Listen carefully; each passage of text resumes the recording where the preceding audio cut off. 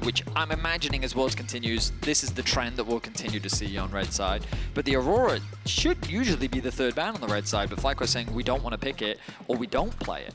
Maybe they don't have the flexibility of being able to play at both top and it's in the interesting mid-lane. because it puts them in a difficult position where very often we see champions like Ashe or Sejuani, either a jungler or a prime AD, taken off the board, and they really can't do that. Instead, we're really seeing triple bans essentially for top lane. Yeah, they really targeted Azhi in this draft, and they want to set up Bwipo for success. Of course, he is going to have to blind pick something. You imagine Cassante immediately rises in priority as that blind pickable top laner, but perhaps Renekton, something that he dominated domestically on and was something that in the LCS you had to respect or fear suffering on the top side of the map. Kalista going to be the final ban directed towards Massu, who's honestly had a pretty solid tournament so far.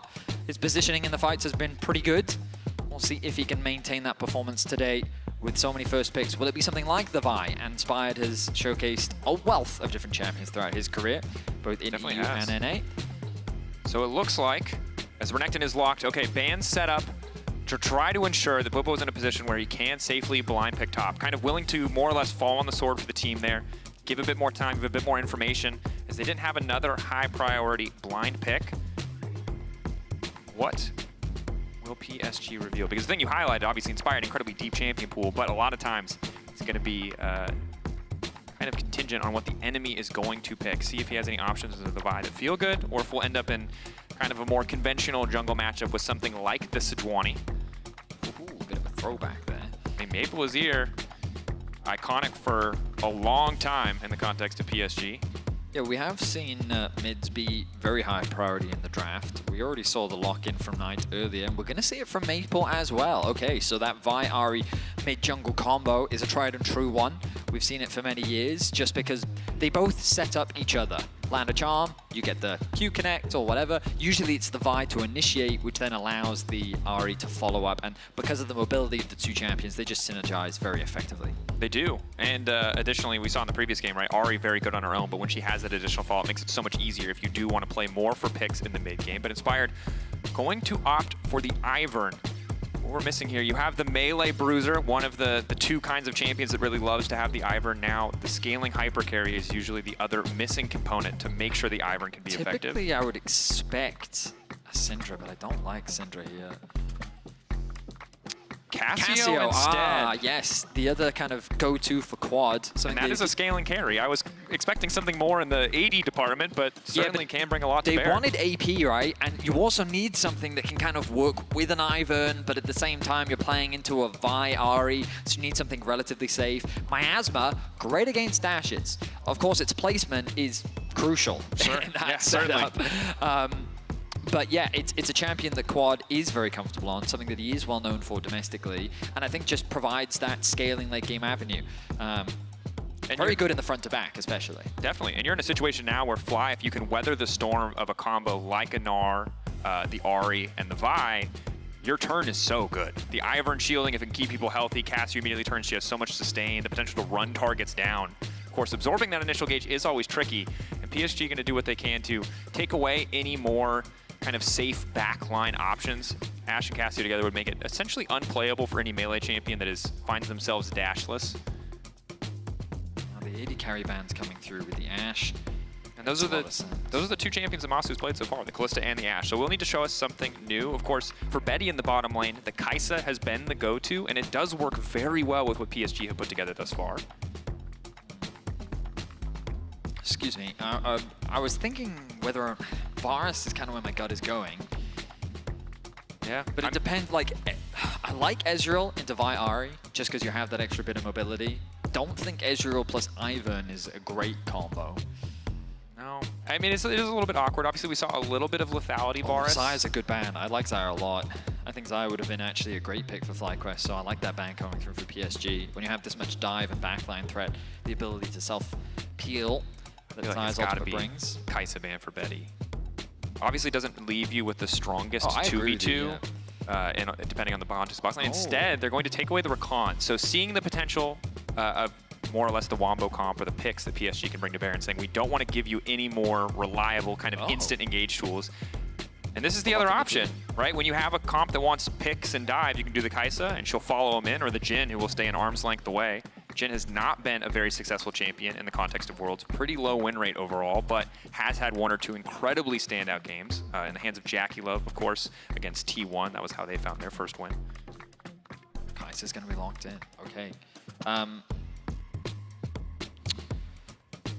My only concern with Kaisa is that I don't think you have like the best dive buddies to work with. No. Right now, I feel like FlyQuest has drafted a little bit more of a front to back. With Yeah, the Kaisa was really good with the Ahri and the Vi. Yes, that was my instinct, it's less exactly, appealing yes. with the Ivern Renekton, although it can still work, of course. Leona, I think, is fine. Rel can be a little trickier when there's so much mobility on the other side to set up that kind of wombo combo, especially if like you do connect the Rel ultimate and then Ahri can just kind of dash out of it. It, you know, can be a little bit awkward. So having that hard CC makes sense, provides a little bit more, especially follow-up when paired up with the Ivern too. The Rel, though, on the side of PSG makes a lot of sense, just really facilitating the dive.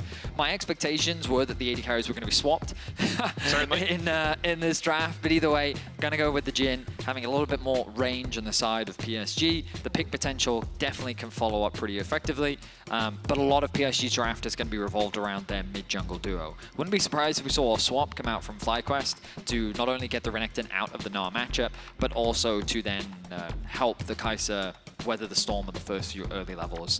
Ultimately, though, decent amount of scaling on the side of the FlyQuest, a lot off the back off of this Cassio, who I think is going to be one of the main damage threats, obviously. The one thing that's really interesting, Baron, Sneaks, Ivern, Cassio. Something you have to be really cautious about in the mid to late game just because of how quickly she can take that objective. She does need the blue, but once she's got it, that objective is easy pickings. It's a good call because Kaisa, also 2 items, right, is going to shred through the objective. And it's something that we don't... That's the question on my mind. Just saying. I don't want to ask We could fix the balance team. Give her a gun. We might have solved the Yone problem. That's all I'm saying. Regardless, we get in the game now. Of course, remember that while this is 1-1, this is not an elimination game for either team. There's still a lot on the line in terms of pride. Fly were crushed when they had to leave MSI early as PSG kind of dismantled them. And for those of you at home, well, I'm going to wax on about narrative. Remember to log into your Riot account on lolesports.com and watch Worlds live to earn exclusive Worlds emotes, icons, and capsules. Get that stuff. Get the stuff. You're here anyway. Just get the stuff. Also, you can check in on how your pick'ems are doing. Yeah. Mine are not good. If you're a Hextech enthusiast, you'll be happy. If you're a Yone enthusiast in terms of highest presence, you will be happy. Yeah, true. I think I picked Nocturne as my highest win rate, which, to be honest, was going pretty well. That was until Yone started winning it. That sounds like a meme, but it has worked out. Yeah, it's 80%, 75% win rate. It's like 3-1 right now, so it needs one more game, and if it wins it, then Nocturne's in a pretty No one's good ever spot. getting Yone again, so you have a chance. You just need really good Nocturnes to play Nocturne. Yeah, but I honestly need really bad Yones to play Yone. That's also... All I'll say is like we might have had a few of those moments, and it might not have mattered. Regardless, keeping track of how the lane assignments are shaping up, you've got the duo on the top side of the map, so FlyQuest will be initiating the lane swap. Of course, with the Ivern in the jungle, a lot of free time for Inspired once he finishes that initial clear, the first clear through. See if he wants to leverage that to go for a dive here. But Massu, not too concerned about how much damage Betty's going to do to the tower, so they shouldn't drop too much. Typically, we see a split map here, Drakos, but Inspired has started on his red, and I think he's relying on the fact that his clear speed will be fast enough that he should be able to secure this. So the lane swap is already in an interesting spot, because normally the split map means that the jungler is in a position to threaten the dive on bot lane. I mean, JunJia can still be there, but he's not going to have any camps to take, which means that as he's threatening that potential dive, he's going to be losing his whole top side. Very which true. means that Bwipo actually feels safe enough to come bot already because the risk of the dive is lower. And look at the positioning of Inspired. He is only level 2, but he's been able to clear out his bot side camps, and he's in a position to potentially defend in the event of a dive. Giving a little bit more support to Bwipo. Obviously, yesterday was a bit of a disaster. While Bwipo fell behind even really before the lane started, received no support, and I think it did really hurt when you have this TP-less Darius. So a bit more support coming from Inspired this time, and still can just move up to the top side. And the beauty of the Ivern, of course, just instantly delete those camps and be on even pace with JunJia, despite the fact that he spent a bit of time on the bottom side just in case to cover. Yeah, I mean, that's the beauty of Ivern, right? Like, you spend so much time after your full clear just kind of wandering around anyway, that committing some time on the bot side is not that big of a deal. Just seeing some of the challenges that Ahri can run into whenever she wants to approach the wave, Cassio can just kind of harass her. Yeah. And there's very little that the Ahri can do to trade back. Meanwhile, Bwipo hitting level 4 on the bot side of the map. Definitely a unique iteration to the lane swap, because so far we've kind of seen this solved approach where the people get level 2 and then the potential dive, and it's like this sequence of events that happens. But just the introduction of Ivern to the situation really changes things up. Also, one trend we've seen with Kaisa specifically is people are really comfortable leaving Kaisa in the 1v1 versus the majority of top laners in the meta. Although I'll hold that thought as Bwipo caught up in a bit of CC here. No ignite for Woody as it's burning down on Bwipo, excuse me. He's gonna die, first blood. I mean, he just misplays. I see the idea that he's trying to go for there. He ease in, Qs the melee minions, ease back out again. But he gets chain CC'd. I wasn't sure if he got stunned first or if the Jhin W hit him, but there are 3 pieces of CC in this lane. There's the Rel dismount, there's the Rel Q, and there's the Jhin W. And all 3 of them hit him, which meant that he was CC'd long enough to allow them to get the kill. He even expends the flash. The flash, I think, is ultimately the awkward portion.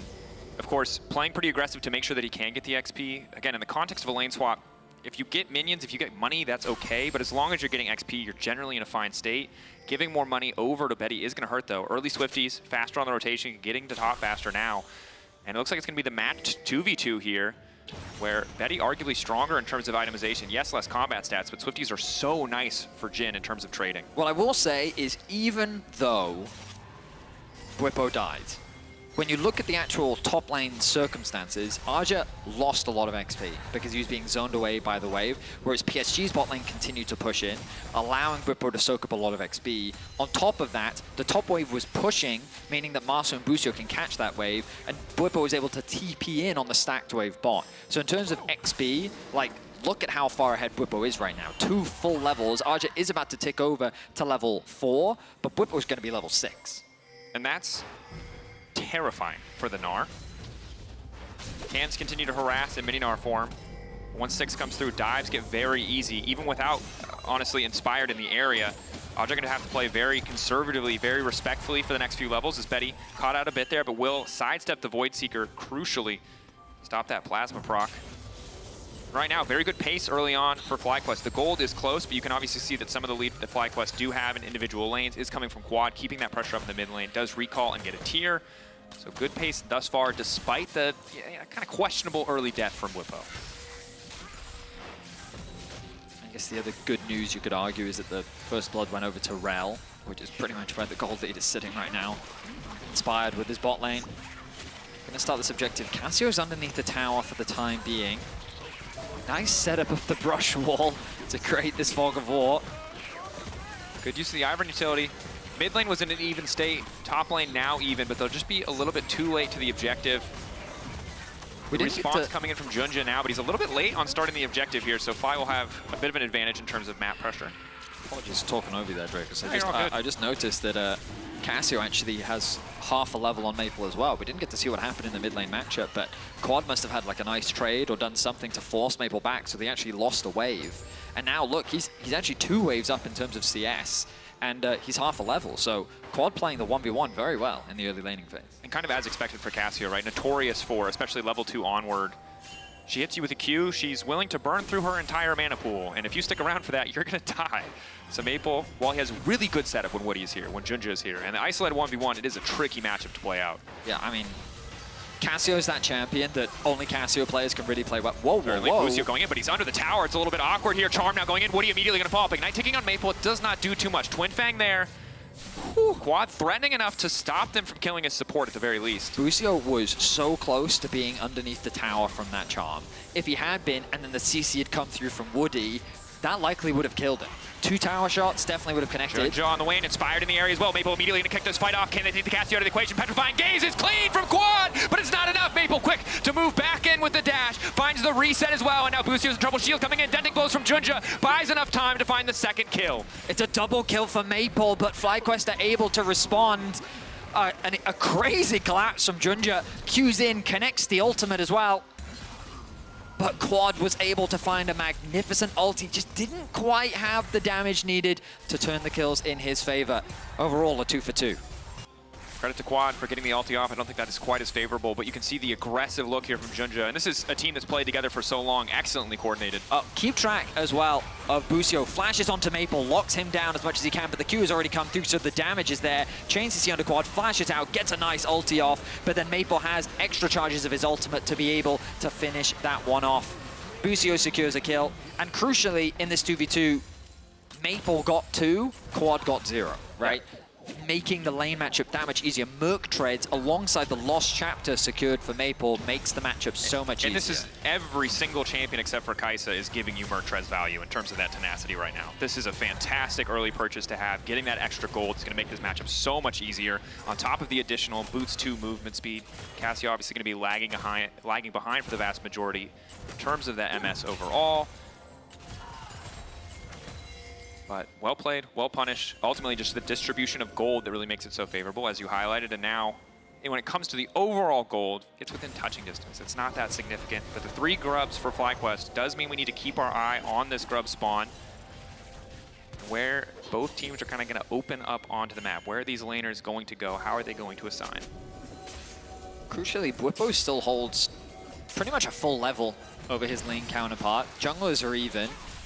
Thanks to the double kill, Maple has been able to close the XP gap. Still finds himself a little bit down in farm, but the ultimate goal is in his favor. Dragon is still available.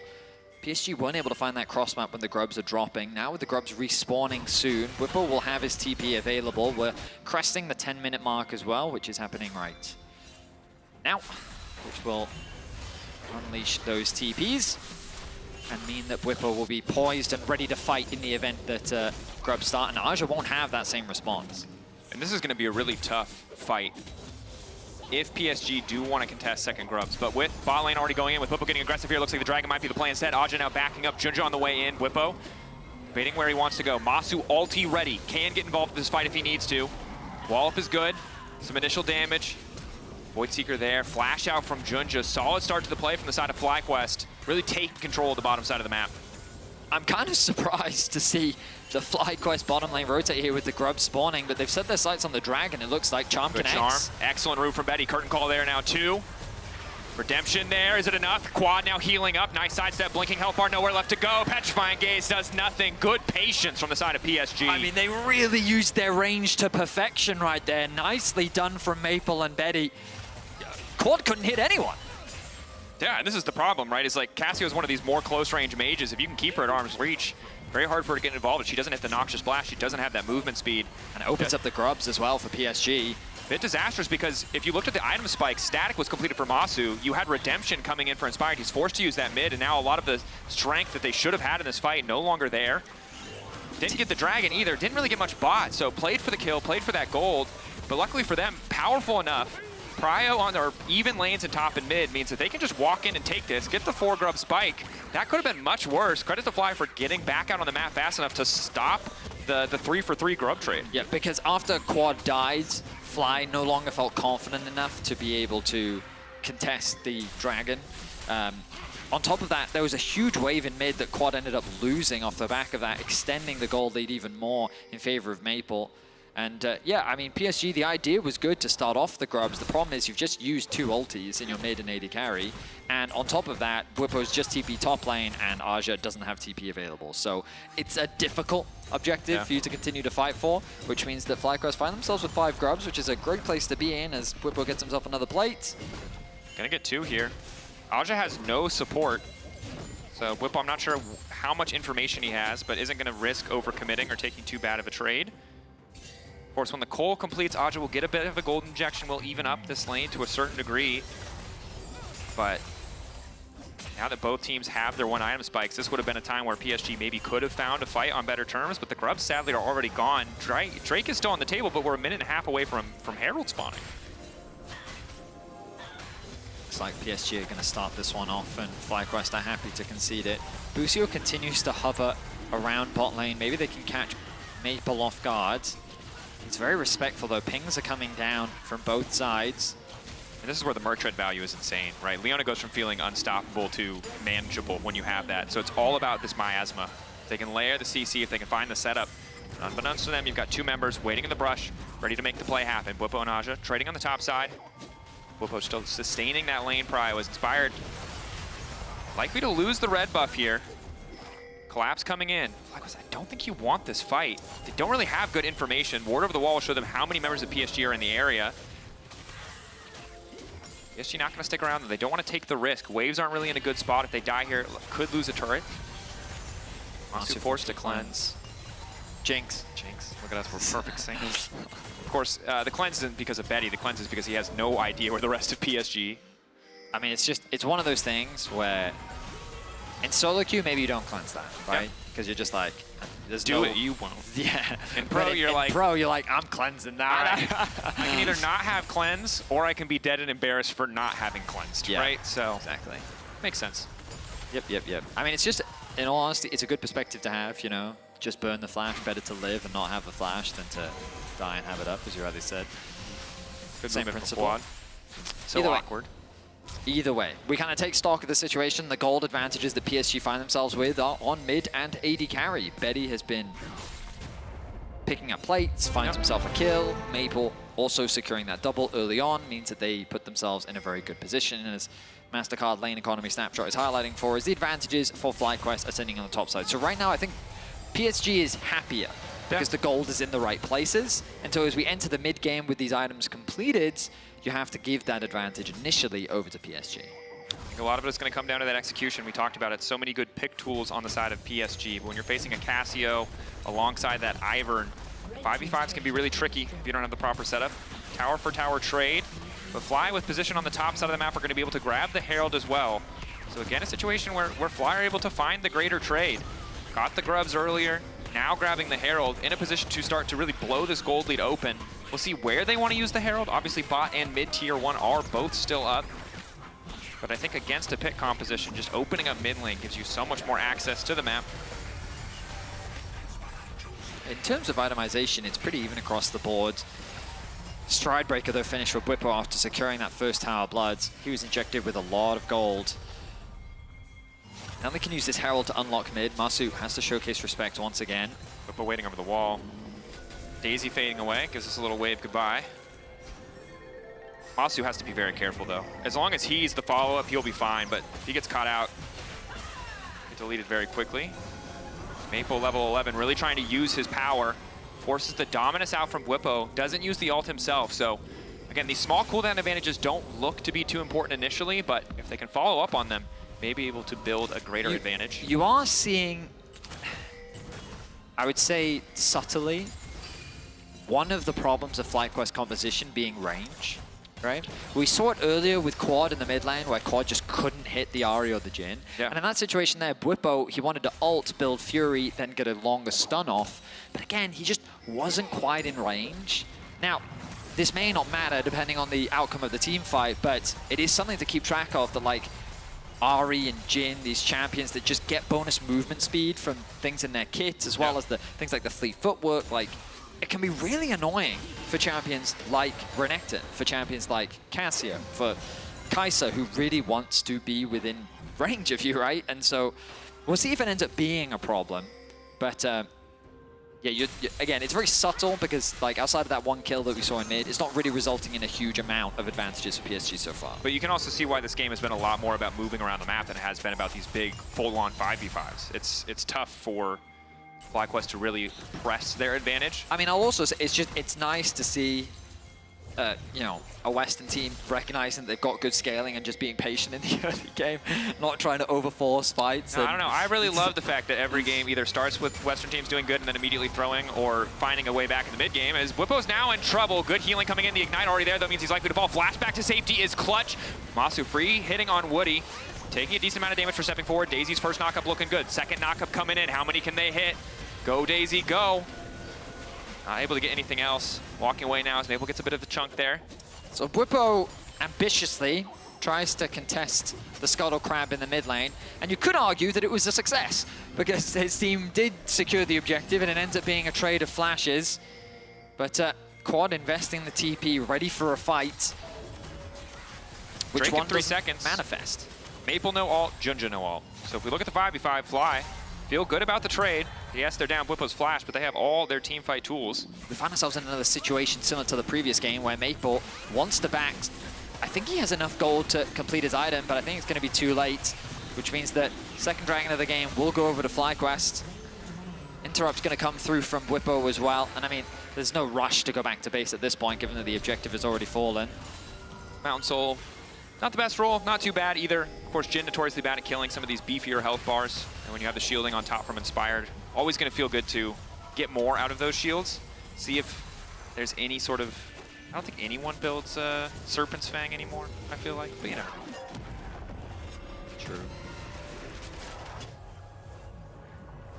We find ourselves in a more measured game than I was expecting. Yes, sir. Well, I think it's important to note that, like, when PSG, you know, when they're not forced to play crazy, they're often they're slow, objective fight, pick kind of team. And that's part of the reason I think that they're so respected and they have found so much success internationally, is why they were able to take, like, BLG, for example, to 5 games, is they can play a really controlled mid to late game.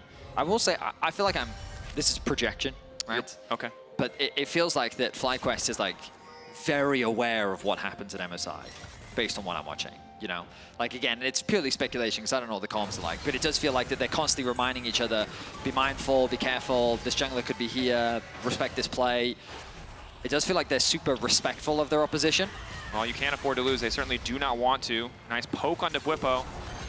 Maple did, unfortunately, charm a minion earlier. Bwipo would have sidestepped the charm, but now he's getting aggressive, trying to delete the wave, knowing his team is getting something else on the map. E going to be immediately interrupted. So PSG find a quick kill topside, but the wave getting deleted by Azhi is crucial. Now in the mid lane, they're already using their Herald, but Maple is here to defend. That was a crazy good play from PSG. Charm is clutch. Root coming in from Betty as well. The Redemption now coming in, Inspired, in trouble. Massu needs to get out. PSG, fantastic play topside. They stopped the counter punch coming in for Fly. Well done. Everything about that was incredible. Busio now goes for the stun. Quad has to be the difference maker. He and Massu. Massu only on a single item. He's behind. This is so hard for them to play out. Quad locked up. Unstoppable Vi goes in. JunJia going back. Quad wants to get a bit more space, flashing out to safety. Busio going to be the sacrifice, so the rest of the team can escape. But now Massu's in trouble. Ignite ticking just so they keep the vision, just so they can follow where he goes. In trouble now. Knockback is there, Massu ulting out, but it will not beat to safety. Just delaying the death. PSG, what a beautiful sequence. It really was, Drakos. I mean, Azhi ults bot to deny the cross map from happening. Bwipo wisely realizes, I'm dead, there's nothing I can do in this situation. He even tried to disengage from the tower, knowing that the dive was coming, but they cut off his escape route, so he just cuts off the wave so they can't get the tower. However, PSG, they TP into mid lane here from Maple, and then he connects the charm onto Inspired, catching him off guard, setting up for the pick follow-up from Betty, and then the TP flank to come in from Azhi, who'd been zoned away from the bot tower. But FlyQuest can't play for the bot tower because now they have to defend for this fight. And honestly, Busio, he overstays here. I think that they should have used Busio, sacrificed him to help Quad and Massu get away. The ultimate doesn't connect with a nice flash from JunJia. And then they turn it into a 5 versus 3 where they end up picking up 4 kills in total. Just a great sequence where they protect their mid, protect their bot, find 4 kills, and FlyQuest get nothing. Incredible. And I think this highlights so well the strengths of PSG, how composed they can be as a team, as a unit overall. And we go back to the interview Nukeduck had at the start of the day. Hey, some of the comms, some of those moments were a bit too chaotic. Clearly losing track of the play, losing track of the greater context of the game, because PSG initially just managed to stall the play, but then when Maple was able to go forward, leverage the range of the Jhin coming in from Betty as well, it went from bad to worse so damn fast. And I mean, PSG is a team that I think many see as an easy draw, you know, especially for the West, especially given the options available, but they continue to usurp those expectations, getting their revenge against MDK now in a very comfortable position against FlyQuest. The game is definitely not over just yet. But with the itemization that they have, the positions that they're in, I mean, I guess the good news for FlyQuest is when you look at the scoreboard, you're not that concerned. No, you know? You see, oh, well, my mid laner's got 2 items, your mid laner's got 2 items. Jungler is pretty even in terms of itemization, especially Ivern, gonna primarily building supportive itemization. AD carries. Okay, sure, we're down a bit of anti-healing and the crit cloak, but still, it's not the end of the world. So FlyQuest shouldn't be all doom and gloom just yet. Especially given that they've only lost 1 tower and they were able to secure that bot one as well. So, at the end of the day, with Dragon spawning in about 20 seconds, FlyQuest could choose to concede this. Maybe it's even smarter to just play for the mid-tier 1 instead. Might be. Bwipo, I think, is going to be the player that really needs to find a way to leverage his advantage. He's the top laner with the item completion. He's the one with the individual gold lead. Level 14. if you can get onto the backline, if you can ever find Betty, you talked about it earlier, right? The range is so difficult. May have to come down to a flank. Use of their lane pressure to set up vision for a future play. But now the threat around Baron, something we talked about earlier. Cassio, Kaisa together. They can obliterate the objective if they're given time. The Fly a bit split. They're going to lose out on the Drake here. Won't get much in return. Bwipo really needs to be close to mid just in case the dive play comes through. There's also nothing Bwipo can do. Like, that wave bot lane, he can't go and get it. Yeah. So he's just like, I guess I'll just hover around mid lane. Now he's moving up top side. Massu, stun. No additional follow-up. Every time someone gets CC'd, he's hitting you with the Deadly Flourish. Yeah, this is... I feel like it's a clear indicator when people have played with the Jhin comps and with the same players for a really long time. Because we saw even earlier today, like, little miscommunications from Fnatic on where exactly the Jhin CC needed to go. But no matter where that champion goes, he always hits that W. Quad reaching nice spot now in the game. I feel like we're running into one of the League of Legends classic, ladies and gentlemen, which is the team who's winning but not super crazy far ahead versus the team who has better scaling but like there's some context. Yep. But the simplification is they're going to do more sustained damage if we go late. The more complex version is it's still really hard for them to get in a position to do that damage. Yeah, I mean, execution is kind of what it's going to come down to, and that's really been the biggest concern for the Western teams so far at this World Championship. Opportunities have been presented to a bunch of different Western teams, and they haven't been able to capitalize on them. So we'll see if they can find those opportunities in this game. The mid towers are kind of the easy objectives to look at. I would say one of the areas where PSG could probably be indexing more is that top tower is an easy one to take. If they overstack, invest their vision, get the prio and mid, which they're pretty consistent at doing, and then play towards that top, they could probably easily secure it. And you can start to see that happening now. They've been able to push in that top wave now. They move into the river, they get the mid push, and then they turn their attention towards the top tower. So I think they could have made this play earlier. Ultimately, though, they still get the objective. And there's not really much to cross-map on the side of FlyQuest. This tower was kind of destined to fall eventually. Certainly. Dawn Core now completed for Inspired, so a lot of additional healing and shielding power might be enough to block that initial burst of damage that comes in from the PSG composition. Massu going for the AP itemization, I think makes a lot of sense. The range disadvantage you highlighted earlier, somewhat mitigated when you have Kaisa who could just unleash that poke. Let's see how the goal differences continually grown in the favor of PSG. A large portion of it off the back of those 4 kills they were able to find around mid. Vedius sitting on a 400 gold bounty right now. A target that FlyQuest would love to secure. PSG overstacking in mid, but looking for a potential flank, not going to overstack it. Look at all these Jhin traps though hovering around the mid lane, making things a little bit more awkward. A little bit of disruption, especially when you don't have that much range. Can be so frustrating. Quad finishing Rylai's. So really, between Inspired and Quad, if they ever get on top of anyone, they will die. There's no getting away from this composition. But it is very easy to just keep them at arm's reach. If they ever get in arm's reach, you're not escaping. This tower is just being slowly chipped away at. I mean, PSG, they're not overcomplicating the game. It's nice to see. I mean, you can see bot wave going to demand a response, but top wave in an even spot, you can really take your time. You can spend as much time mid as you want, as long as the enemy doesn't send anyone up there. And PSG taking advantage of that fact to break this tower, and when you're the person playing the Ahri Vi composition, every bit of space you get is so incredibly valuable. My question is that, like, what is the moment that FlyQuest is kind of waiting for? Because PSG, you know, like, all of their moves have kind of been predictable, right? Oh, we're going to play for top tower, and then we're going to play for mid tower, and a lot of that is Betty is able to guarantee mid prio because Massu's largely left isolated in the mid lane, right? FlyQuest, on the meanwhile, are just kind of farming. They just keep catching waves. They're not really playing for anything. And you could make the argument, well, it doesn't really make sense for them to try and force it. We say as they TP in to force it. Wow, they are forcing this. So, okay, so Maple completes his item, and they sit there and go, Jhin as well, and they're saying, we're strong enough, let's fight. Yep. Starting this one off, Fly want to get in the area. Quad has to be careful. He cannot be the one to face check that.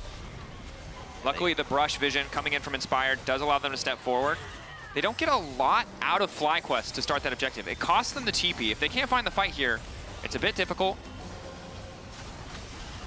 Bwipo Looking to get a little bit more on the stride breaker. Nice initial damage, but he gets knocked back to the wall. Pretty easy initial kill pickup. Nice counter engage coming in. Redemption. Bwipo still standing. That's going to be big. FlyQuest finding the initial angle. JunJia running out to safety. Curtain call coming across the backside, but there's no blinking health bars yet. Maple trying to make the difference, but Busio is there with the CC to lock him down. Charm goes the wrong way. Maple ticking down. Poison in his veins. He's going to drop. Shutdown coming through for quad. FlyQuest beautifully played. I was worried about that engage from Bwipo because it felt like that he'd overextended. He was going to get turned on, but the support from the Ivern at this point in the game, FlyQuest finally found the confidence to make the play that they needed. Betty chipping away at Bwipo. He doesn't do enough damage to finish that kill.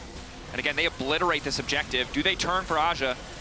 Rage stacking, 7 seconds on the Mega Gnar. It's not enough. FlyQuest getting the objective. They were getting bled out across the map, but PSG overcommit on that Baron.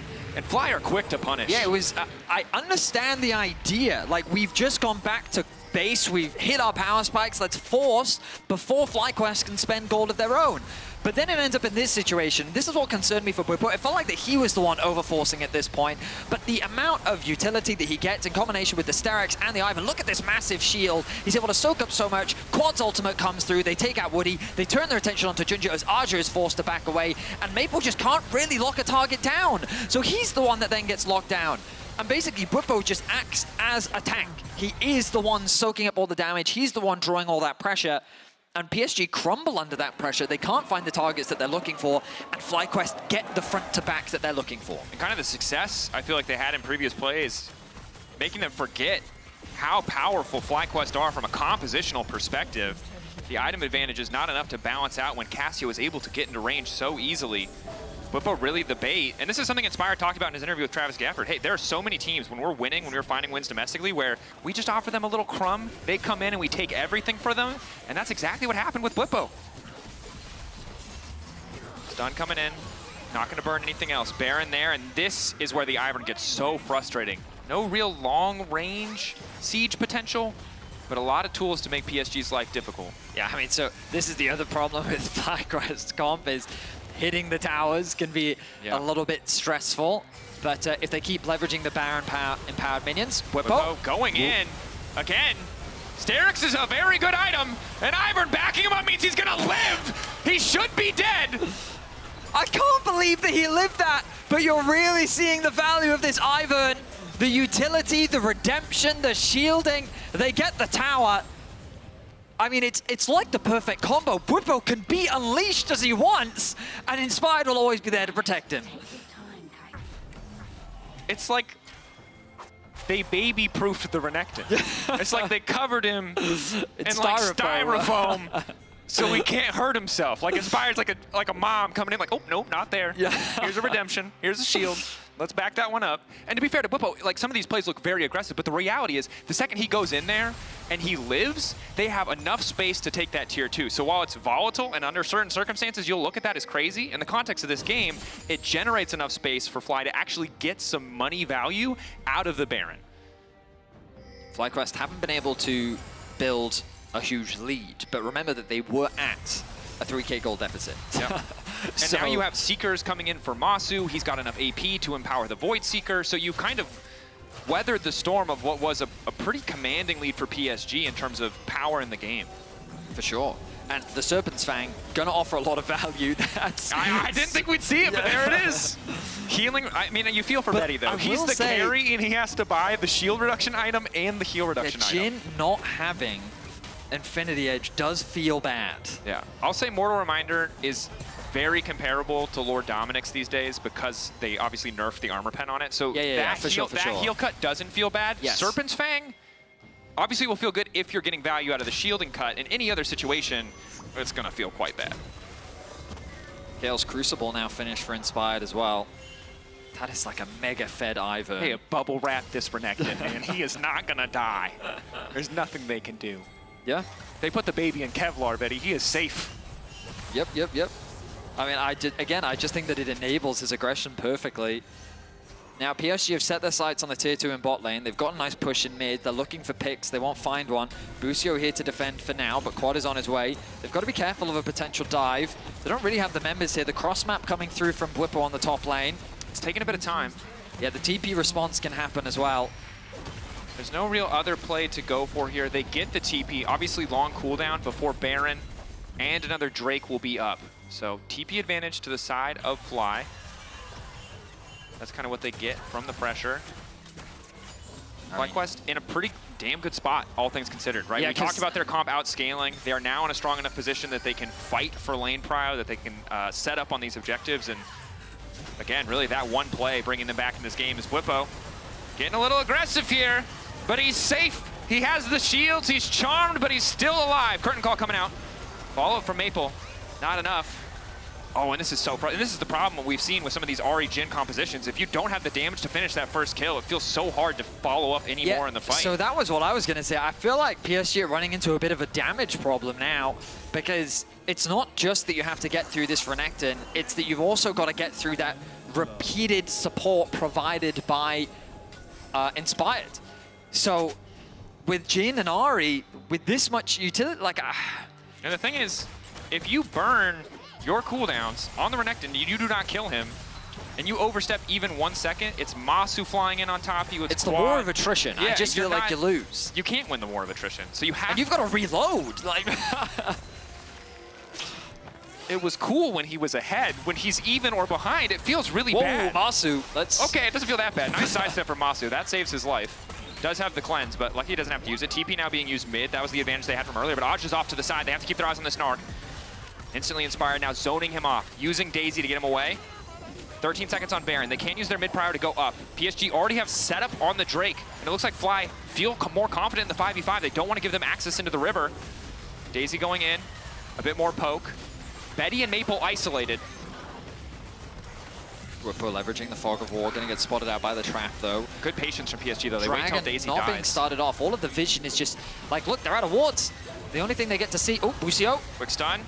What are you out for now? It's the ulti again. Busio needs to be a little bit more patient, I feel. A few times now. Asma down. Bwipo going forward. Stun not quite hitting. The charm was perfect. Massu backs up, but Betty just flashes into his team. Redemption doing so much work, but Betty goes down. Void Seeker from Massu. He's ready to take over in this fight. Flash forward. The double. Redemption. Lethality bars was not enough at MSI, but the Kaisa is killing everybody in this game. Massu going for more. Can he get 4? Quadra for Massu. Maple running. They won't give him the penta, but that's a redemption story if I've ever seen one. In the war of attrition, it is FlyQuest that stands strong. Quad's HP didn't even see a semblance of damage. And you can see how hard it is for PSG, even in a situation where the start of the fight looks promising. It's just not enough. Bwipo, his engaged fumbles. It doesn't work out, but the amount that he is able to tank up is crazy. A nice snipe comes through from Massu onto Betty. He flashes over the wall to secure that kill, and then it just becomes a chase down. FlyQuest, they use their comp to perfection, and they basically say, we're gonna run at you. If you can't kill us, we're gonna kill you. And I gotta say, credit to FlyQuest. Weathered the storm mentally when they were falling behind, when they were making 1 or 2 missteps against a team that had embarrassed them on the international stage, but kept strong, kept playing to their win conditions, and now they've set their sights on Baron. Hex flash over the wall coming in from Busio, trying to zone them away. Don't 50-50 this FlyQuest. Quad can miasma. Is that going to be the follow-up? Do they burn the objective for a split? It's a bit of a split focus, and Quad can flash over the wall, but it's awkward, but they will secure the Baron. Bwipo not too scared. Well played by FlyQuest. Yeah, they played that really well. Not only does Bwipo go over, but the moment he gets CC'd, Quad even throws down the miasma. The flash did come through. Well, I say the flash. The Q came through from JunJia to be able to create space, but that was enough to help them secure the Baron. And FlyQuest with another objective could look to try and finally break the base. Again, the reason why it's been so difficult for them to leverage the advantage that they had earlier, even though they'd already kind of outscaled at that point, was just because of the range. It's very difficult for them to siege, so they kind of rely on the Baron, but now that they've got it, they can play through 2 waves and they can start to chip away at those towers. And also, just Bwipo is so damn tanky, right? Maple still hasn't completed really a major magic penetration item. He has some flat pen, but obviously Merc Treads as well. Really good in the context of playing against this comp. It does mitigate some of the damage he can put out. And now PSG really holding on. This position, earlier if Bwipo stepped too far forward, it was hard for him to survive, but at this stage, he can eat a bunch of cooldowns. And the rest of his team will be there to punish if PSG overcommit or cannot finish that kill. I don't like the fact that FlyQuest is basically just playing through one. Oh, okay, never mind. They're just going to brute force it. They have the Daisy and they know they're tankier. They know they win the 5v5. And this is the other awkward thing too, right? Is that there's just not, outside of Aj's ulti, there's not really a lot of reliable AoE. I mean, so you can't really punish them either when they group up unless Mega Gnar is ready to go. Truthfully, PSG just don't have enough damage. And by that I mean like it's very single target focused. Yeah. You've got Ahri, you've got Jhin, and you've got the Vi, who all like lock down a target, and then once that target is dead, you can convert the rest of the fight. But like, you can't even kill that one target. So if you can't get rid of one, what are you gonna do about the other 4? And credit to Inspired, being willing to pull this jungler out, right? Ivern is a champion that people kind of love or hate depending on what your champion pool looks like, but against the Vi Ahri, if you can weather the storm, Ivern's one of the perfect answers, right? Because it disrupts so much, the shielding stops the pick potential. It was one of his domestic comforts, right? That alongside the Amumu, and like he's proven why teams have chosen to ban it away from it multiple times. Woody over the wall though, not spotted. Quad, we'll see him. TP now coming in, Bwipo joining the squad. They just want to keep bullying with this 5-man unit. Bwipo going in, looking for the stun, trying to lock up Maple, trying to lock up Betty, trying to lock up anybody, and again, the redemption comes in, the shielding comes in this time around. The Serpent's Fang was there, mitigated some of that value. Bwipo will be forced to run away. They still can't kill him, retreating. Maybe they overstepped their boundaries there. FlyQuest, their siege is going to be slowed down a lot. They did have a nice wave on the bot side of the map that they could have played with. Already top, just continuing to pressure. Not sure what they can do with that, though. They need a wave in mids. Stalling to play for the wave in mid, it looks like. A window of opportunity where Betty doesn't have ult, Maple doesn't have ult, JunJia no ult. Perhaps Fly just want to hard force here in mid lane. Healing from Bwipo coming through thanks to the red buff. I mean, they're very powerful in the 5v5. Can they just dive this tower? Vial was used, but the Baron buff is worn off now. So now it goes back to the Dragon, securing the soul.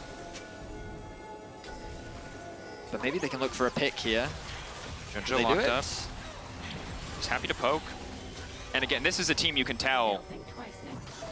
I've seen a lot of FlyQuest games where they would have gone over that wall, is all I'm going to say. Well, they've talked about how important this game really is. It'll put them at 2-1. The opposition in the 2-1 bracket is not easy, but you know what? It's the World Championship. No matchup is going to be easy.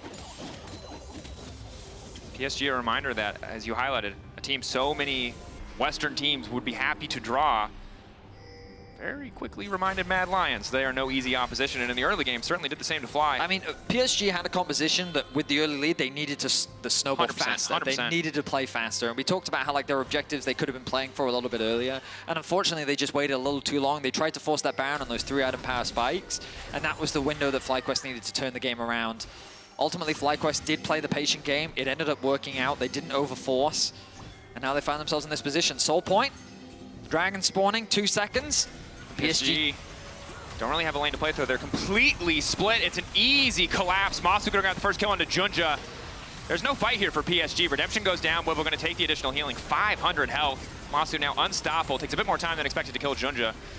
But he's dead all the same. I mean, honestly, this game is this just game is done. over. Yeah, It's taking them a while to end, again, because of the range. It's hard for them to siege, but like, PSG just don't... I think I can say with confidence, objectively, they don't have enough damage. They do not do enough to kill all of FlyQuest. True.